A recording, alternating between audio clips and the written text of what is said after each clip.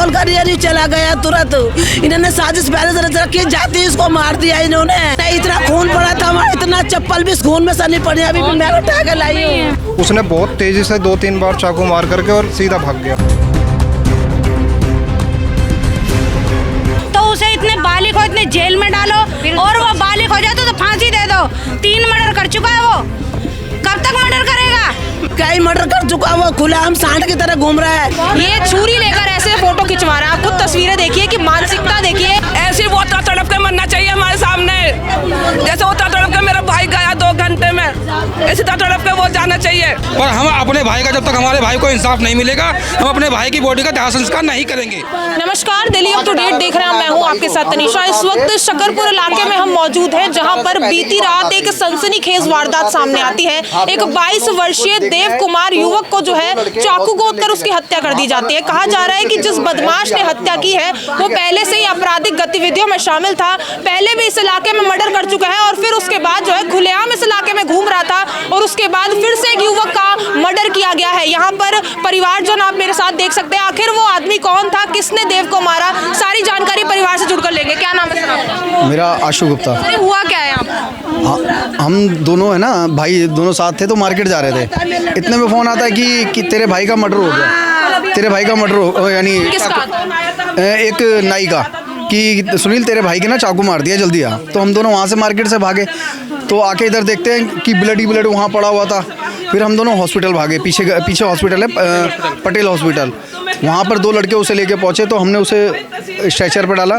तो उतनी देर में ही स्ट्रेचर पर मुश्किल से 1 मिनट डाला होगा, पूरी ब्लड से भर गई वो। घर से कितनी दूरी पर ये वारदात? ये पीछे, ये मुश्किल से 200 मीटर पे मार्केट में राम टेंट वाले के यहाँ पे ये वारदात हुई है। जिन्होंने मारा है वो पहले भी यहाँ पर ऐसी वारदात को और राम जी समोसे वाले के यहाँ पे उन्हें पहले मर्डर कर दिया है उसने। वो 6 मंथ में वापसी उन्होंने बेल दे दी। उनको कोर्ट उसको छोड़ ही क्यों रहा है? पहले भी मर्डर कर चुका है, उसके बाद भी खुलेआम घूम रहा है इलाके में। घूम रहा है, उसको प्रशासन कुछ कर ही नहीं रहा है। प्रशासन ने आज अभी भी तक कुछ नहीं किया है। तुरंत आके हमें ये बताया कि उन्होंने कोर्ट में सरेंडर कर दिया है। तो सरेंडर करने का मतलब क्या है? उसे सामने लेके आओ। हमारे पुलिस की तरफ से कहा जा रहा है कि उसने खुद सरेंडर किया है। हमें सरेंडर से मतलब नहीं है, हमें खून के मतलब खून चाहिए। उसके घर के सामने हमें जाने के लिए पुलिस प्रशासन ने रोक लिया है। कोई झगड़ा हुआ था या क्या चीज? कोई झगड़ा नहीं था, ये आपसी में ही कोई इनकी वो होती, जिससे कि उन्होंने कॉल करके बुलाया था यहाँ पे। तो हमें सबकी होती है, हम देखो आपस में घर परिवार में मोहल्ले में सबसे होती है। ये थोड़ी है कि किसी के चाकू घुसा दो, ठीक है, उसके यहाँ से घुसा चाकू और पार हो गया सारा। मैंने देखा कि यहाँ से उसका सारा भार था। वो आदमी को हम जानते हैं जिसने हमला किया? हाँ, वो इधर ही रहता है पास में ही। कितने लोग थे जिन्होंने अटैक किया है? वो अकेला ही था। अकेला ही था? हाँ। और ये रात को अंजाम दिया गया इसका? नहीं, ये 5 बजे से पहले की वारदात है। सर, यहाँ पर पुलिस आई थी, SHO आए थे, उन्होंने आपको क्या आश्वासन दिया है, कैसी कार्रवाई होने वाली है? वो तो कह रहे हैं अपनी तरफ से। उन लोगों ने उन्होंने कोई आश्वासन नहीं दिया। उन्होंने सिर्फ यही बात बताई है कि उसने सरेंडर कर दिया है, हमारे पे जितना बल पड़ेगा हम उतने से अच्छे से करेंगे। और वो कुछ नहीं करेंगे, वो दोबारा छुट के आएगा और दोबारा वही काम करेगा। उसका काम यही है। आप कह रहे कानून अपना काम नहीं कर रहा है, पहले भी छोड़ दिया गया था और अब भी छोड़ दिया गया है। उसने आज की पहली वारदात नहीं है, जिसमें कि 3-4 बार वारदात हो चुकी है इससे। आपकी माँ है? हाँ। क्या हुआ था? कोई झगड़ा हुआ था क्या? नहीं था, कुछ भी नहीं, मेरे बच्चे को कुछ नहीं था। मैंने 5:15 बजे दुकान पे से भेजा था खाना खाने के लिए घर पे। खाना खाने के बाद में 10 मिनट में ही कॉल जाती है दोबारा कि मेरे मोनू को चक्कू लगा, देव को चक्कू मार दिया। क्या बोल के घर से बाहर गया? घर नहीं गया, वो खाना खाने के लिए मैंने खुद भेजा था वहाँ दुकान पे से घर अपनी भाभी को बोल के गया कि भाभी मैं अभी आ रहा हूँ। 2 रोटी खा के गया कि भाभी मैं अभी आ रहा हूँ। उन्होंने कॉल कर दिया, चला गया तुरंत। इन्होंने साजिश पहले से रखी, जाती इसको मार दिया इन्होंने। पहले कॉल करा और उसके बाद? हाँ, बाहर बुला करके केमिस्ट के बाहर मारा इन्होंने, बुला करके मेरे बच्चे को। दिन दिहाड़े हुआ है, कोई बीच बचाव के लिए आगे नहीं आया किसी ने? कोई नहीं, इतना खून पड़ा था हमारा, इतना चप्पल भी खून में सनी पड़ी, अभी भी मैं उठा के लाई हूँ। फोन भी खून में ही है, सब कुछ। बाइक की फुटेज है मेरे पास। बाइक, आप बाइक देखिए। मैं बाइक में आए थे या फिर देव बाइक से गए? मैडम, मोनू जो है जिसको चाकू लगा है वो बाइक पर था, और वो जो CCTV फुटेज मैंने देखी है, पुलिस ने जो मुझे दिखाई है, उसमें क्लियरली वो आए हैं। मोनू बैठा है बाइक पे, जैसे ही वो स्टार्ट करने के लिए पैर उठाया उसने बहुत तेजी से 2-3 बार चाकू मार करके और सीधा भाग गया। सर, वो बदमाश पहले भी यहाँ पर ऐसा कुछ कर चुका है और अब भी खुलेआम घूम रहा था वो। अभी पुलिस की तरफ से क्या आश्वासन दिया गया? अरे मैडम, कुछ नहीं करते पुलिस वाले, पकड़ते छोड़ देते, पकड़ते छोड़ देते।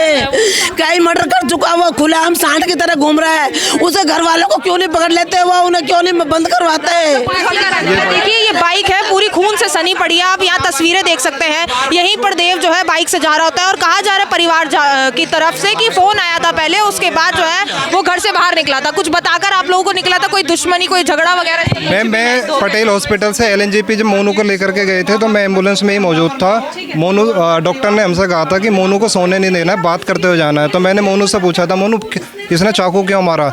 मोनू ने मुझे बताया कि झगड़ा उससे मेरा कोई झगड़ा नहीं हुआ, ध्रुव से झगड़ा हुआ था उसका, लेकिन उसने चाकू मोनू के मार दिया। आसपास कोई CCTV कैमरे लगे हुए हैं, उससे पता लगा कि कितने लोगों ने हमला? पुलिस के पास फुटेज है, केवल एक ही लड़का था अक्कू नाम, जिसका असली नाम वंश है। देव अकेले ही गए थे? देव अकेला था, वो भी अकेला था, देव भी अकेला था। अभी क्या बताओ मार दे मेरे बेटे को, मुझे बताओ मैं कैसे बुढ़ापे में कैसे काटूंगी दिन में, मुझे बता दो। ये वही है जिसने हमला किया? लड़का है। ये देखिए, ये क्या उम्र बताई जा रही है सर इसकी? सर मैडम नाबालिग बताया जा रहा है, उम्र एग्जैक्ट हमें नहीं मालूम। नाबालिग का हवाला दे देकर उसको छोड़ दिया जाता है और वो ऐसे चाकू चला रहे हैं लोग। एक जंगली जानवर की तरह समाज के लिए खतरा है। खतरा है ये। देखिए यहाँ पर इस तस्वीर को आप देखिए, ये छुरी लेकर ऐसे फोटो खिंचवा रहा है। आप खुद तस्वीरें देखिए कि मानसिकता देखिए, इस बच्चे ने पहले भी किसी को मार दिया, उसके बाद जो है वो छूट कर फिर दूसरे की माँ की कोख को सूनी कर रहे हैं। यहाँ पर देखिए जो तस्वीरें दिखाई जा रही है, शक्ल से नाबालिग लग रहा है लेकिन उसको छोड़ दिया जाता है और फिर जो है यहाँ पर ऐसी खतरनाक वारदातों को अंजाम दे। पुलिस प्रशासन कुछ करेगी? जो पहले केसेस रह गए हैं या फिर ऐसी ही से भी छोड़ देगी?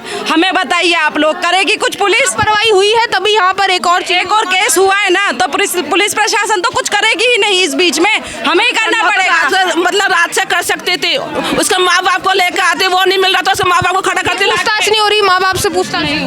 कुछ नहीं हो रही, अभी तक कुछ नहीं हुआ। रात से पुलिस वाले बैठा दिए चौकीदारे पे, उस लड़के को फरार हो गया, वो बैठा दिए वहाँ पे, तो कहते हंगामा कर दे, मैं उन्हें मारे हैं, पुलिस वाले से पहरा दे रहे हैं उनका।